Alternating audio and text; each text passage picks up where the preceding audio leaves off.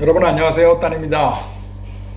자, 지난 편에 제가 태국 이야기, 태국에 왜 오겠는가, 또 어떤 분들이 태국 유튜브를 보시면서 무엇 때문에 또 이 채널을 보시는가, 이런 이야기를 좀 했었어요.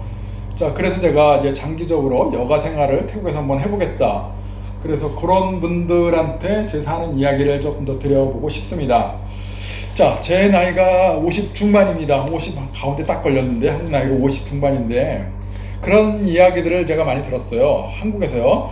나중에 노년에 준비를 해야 될 것들이 몇 가지가 있는데, 그 중에 이제 꼭 필수적으로 이런 것들을 준비해 놓지 않으면 나중에 고생을 한다.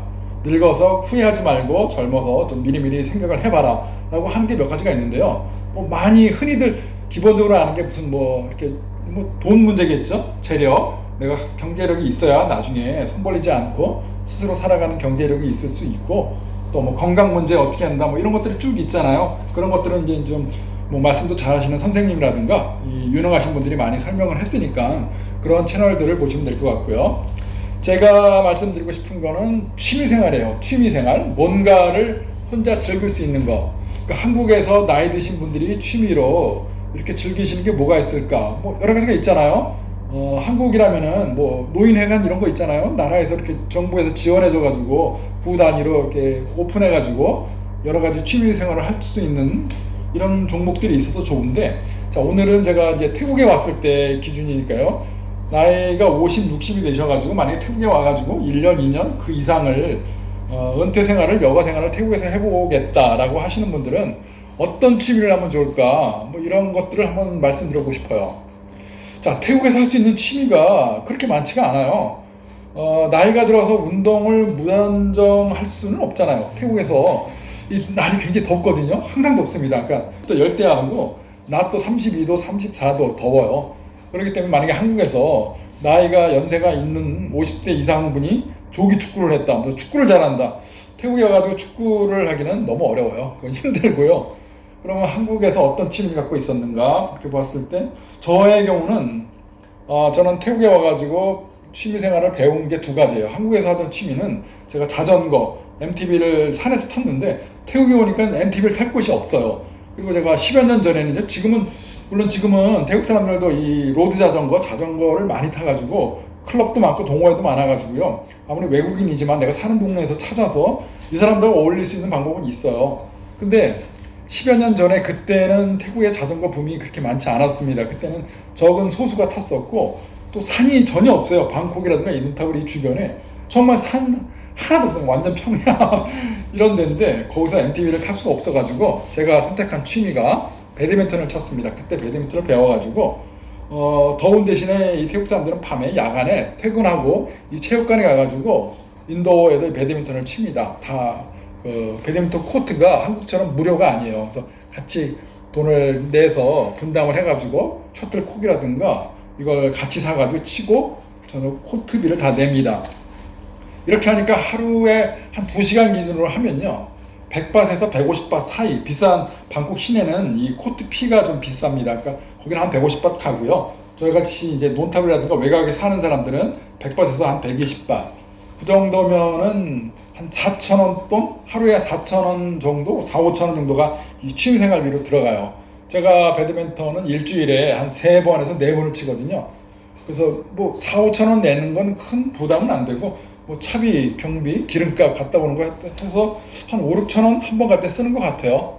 요 정도 들어간다고 보시면 되는데, 왜 말씀을 드리냐면은 전편에도 말씀드렸다시피 제가 배드민턴을 치면서 여기 사람들을 사귀게 됩니다.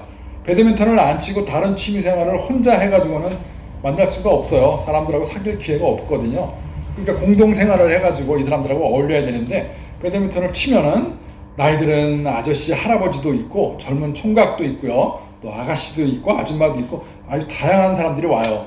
그런데 태국에서 하루에 5,000원, 6,000원어치 배드민턴을 칠 정도, 제가 물가 대비를 말씀드렸는데 전편에도 말씀드렸다시피 물가 수준이 한 3배, 2.5배에서 3배 정도 한국보다 쌉니다. 그러니까 태국에서 5, 6,000원 정도면은 한국에서는 한 15,000원, 20,000원씩 쓰는 거예요. 그러니까 한국 사람이 저녁 끝나고 저녁에 배드민턴 가가지고 취미생활 하면서 15,000원, 20,000원 쓴다. 제가 보기에는 절대로 싸다고 볼 수 없거든요. 동네 가서 뭐 달리기 하는 것도 아닌데 뭐 15,000원, 2만 원 내고 하루 생활, 그것도 일주일에 서너 번씩 한다 그러면은 또 굉장히 많이 들어가잖아요. 한 달에 몇십만 원 들어갈 수 있잖아요. 그래서 태국 사람들이 배드민턴을 치는 정도 사람들이면은 최저 어떤 이런 서민은 사실 조금 아니라고 저는 생각을 합니다. 약간은 그래도 뭐 중산층이 됐든 중산층 이하가 됐든 완전 서민처럼 먹고 살기 힘든 사람은 아니에요. 하루에 정말 서민은요, 하루에 버는 수입이 15,000원 정도 그 내외 이내밖에 안 되거든요. 이렇게 버는 사람들이 굉장히 많아요. 이런 사람들이 하루에 5, 6천원씩 한 달에 하루에 번 것 중에 밥값 뭐 이런 것도 해야 되고 기름값도 해야 되는데 가서 6천원씩 막 이렇게 배드민턴 취미생활 하고 온다. 이거는 쉽지 않아요. 그래서 그런 사람들은 잘 사실은 미안하지만 오기가 쉽지 않고, 그래도 하루에 몇만 원씩은 버는 사람, 한 달에 수입이 그래도 한 100만 원은 넘어가는 사람, 100만 원이면요, 한국에서는 뭐 물가 가치가 한 250, 300만 원 버는 거니까 태국에서 뭐 100만 원 이상 버는 사람, 100만 원이면은 한 3만 바 이상 버는 사람이거든요. 2만 5천에서 3만 바 버는 사람이 하루에 배드민턴 치는 거, 이 정도는 여유가 됩니다. 그래서 이런 사람들 만나면요, 아주 가난한 서민은 아니고 물론 부자도 있을 수 있어요. 아주 돈 많은 부자들도 운동하러 오는 사람도 있고 연예인도 있습니다. 제가 치는 배드민턴 클럽에서 연예인도 와가지고 그 탤런트인데 치는 사람이 있어요.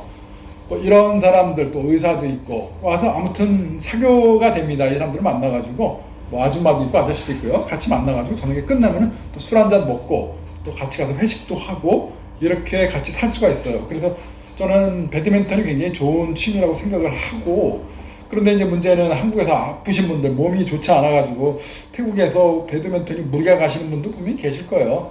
그런 분들은 어쩔 수가 없잖아요. 다른 취미를 찾아야 되는데 뭐 모르겠습니다. 제가 잘 모르니까요. 그런 분들은 뭐 한인 모임, 뭐 골프라든가 이런 데 가시면 좋겠는데 저는 골프를 안 쳐가지고 모르겠고, 제가 추천드리는 취미는 아무튼 저의 기준으로는 배드민턴입니다. 그래서 힘드시면은 하루 뭐 매일같이는 못 가더라도 일주일에 한 번, 두 번 이 정도 가서 사람들 만나고, 이 사람들 만나면은 한국의 카톡처럼 이 라인 메신저를 서로 주고받거든요. 그 클럽 그룹에 같이 들어가면서 이 사람들하고 같이 또 모임 있을 때 연락해서 서로 만나고 통화하고 밥 먹고 이렇게 해서 즐길 수 있기 때문에 좋은 것 같아요.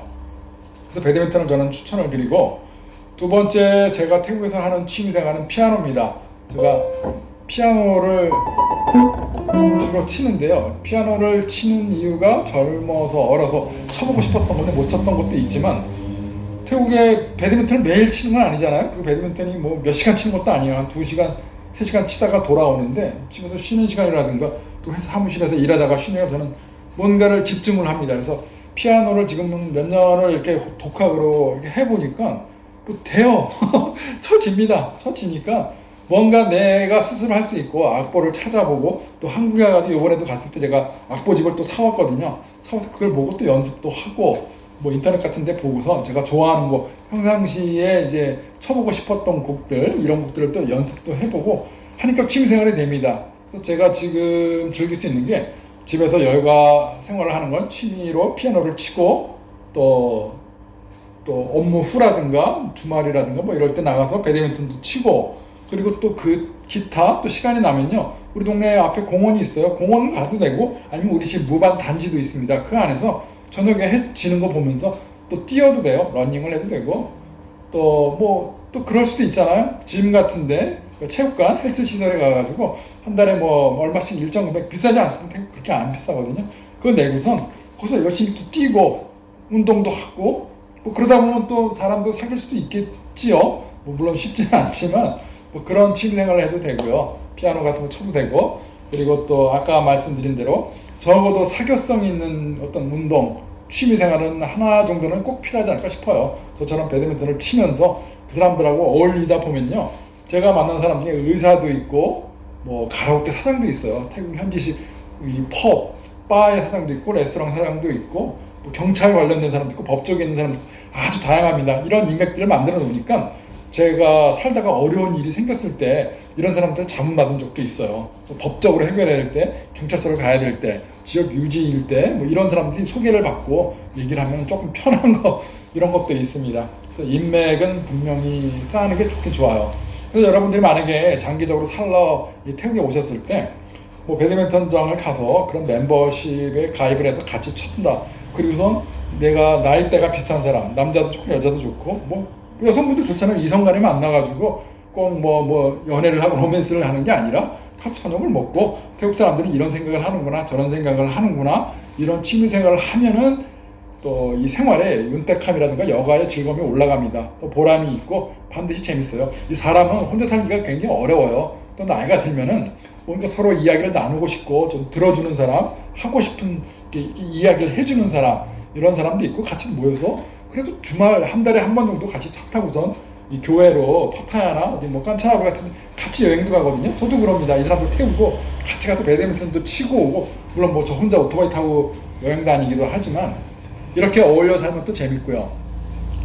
그래서 이 취미 생활을 하면서 사람을 사귀어가지고 내가 무슨 일이 필요하고 할 때는 반드시 이런 관계를 맺어두면 좋겠다라는 게 제 추천 사항이고요. 그러려면은 전편에서 말씀드린 것처럼 언어가 돼야 됩니다. 그러니까 최소한의 언어가 돼야 되잖아요. 영어가 됐든 태국어가 됐든 짧은 태국어에다가 짧은 영어를 같이 믹스하면요 웬만하면 다 돼요. 그리고 태국 사람들도요 웬만한 배드민턴 정도 치러 오는 사람은 아까 얘기한 듯이 어떤 직장 생활을 하거나 어떤 일정 수준의 소득이 되는 사람들이거든요. 지식도 있고 배운 것도 많은 사람들이에요. 이 사람들도 영어를 좀 해요. 아주 잘하는 사람도 물론 있지만 보통은 다 웬만큼 하거든요. 그렇기 때문에 서로가 친구가 될 수 있고요.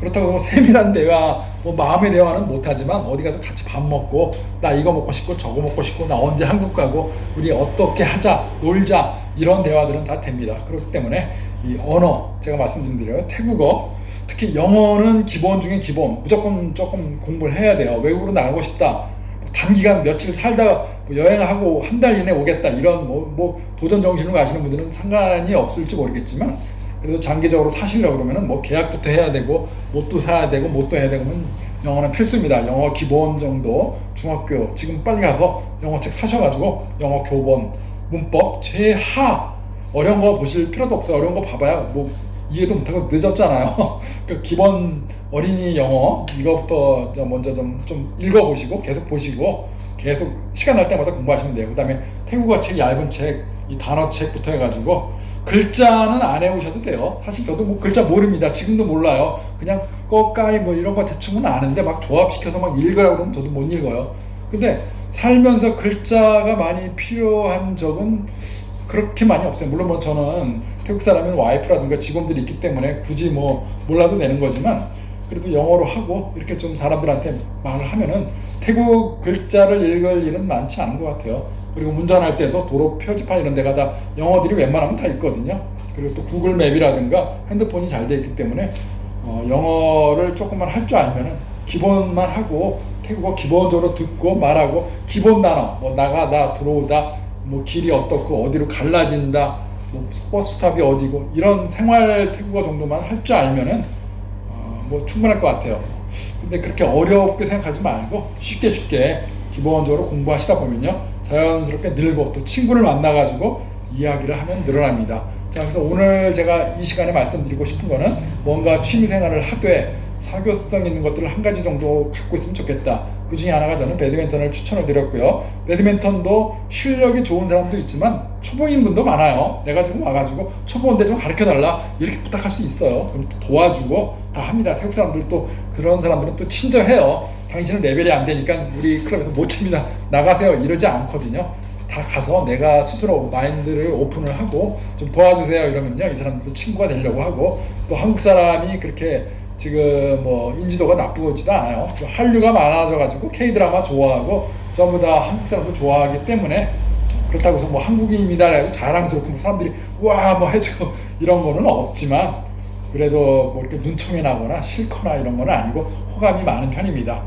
자, 그래서 태국에 오시면은 전편에 이어서 여가 생활을 하러 장기적으로 오시겠다고 하면은 뭔가 취미 생활할 거, 또 언어 이 두 가지를 좀 준비를 하시고 오는 게 좋겠다. 그래서 배드민턴도 한국에 있을 때 시간 날 때 좀 연습을 해보신다든가, 뭐 피아노를 연습을 한다든가, 뭐 악기를 해본다든가, 뭔가 태국에 와가지고 혼자 할 수 있는 이런 취미 생활을 만들어 놓고 오셔야 매일 시간 넘쳐나고 주구장창 할 일 없는데 거기 앉아서 피아노도 치고 배드민턴도 쳐러 나가야지 그냥 가만히 앉아가지고 매일같이 여행만 다닐 수는 없어요. 이 더운 나라에서 방콕 보고 또 보고 할 수는 없습니다. 자, 오늘은 또 말이 길어졌는데요. 여기까지 말씀드리고 다음 편에 또 살면서 어떤 것들이 필요한지 이런 또 방송을 또 한번 남겨볼게요. 자, 아무튼 제 채널이 이렇게 뭐 큰 정보를 드리는 건 없어요. 저도 지금 뭘 해야 될지도 모르겠고, 그래서 지금은 이렇게 좀 뭔가를 말씀드리면서 라디오처럼 그냥 저랑 비슷하신 연배라든가 이런 분들, 태국에 가보시겠다 이런 분들한테 이런 거 저런 거 있습니다 라고 이렇게 주절주절 한번 읊어대고 있습니다. 자, 시청해주셔서 감사합니다. 고맙습니다.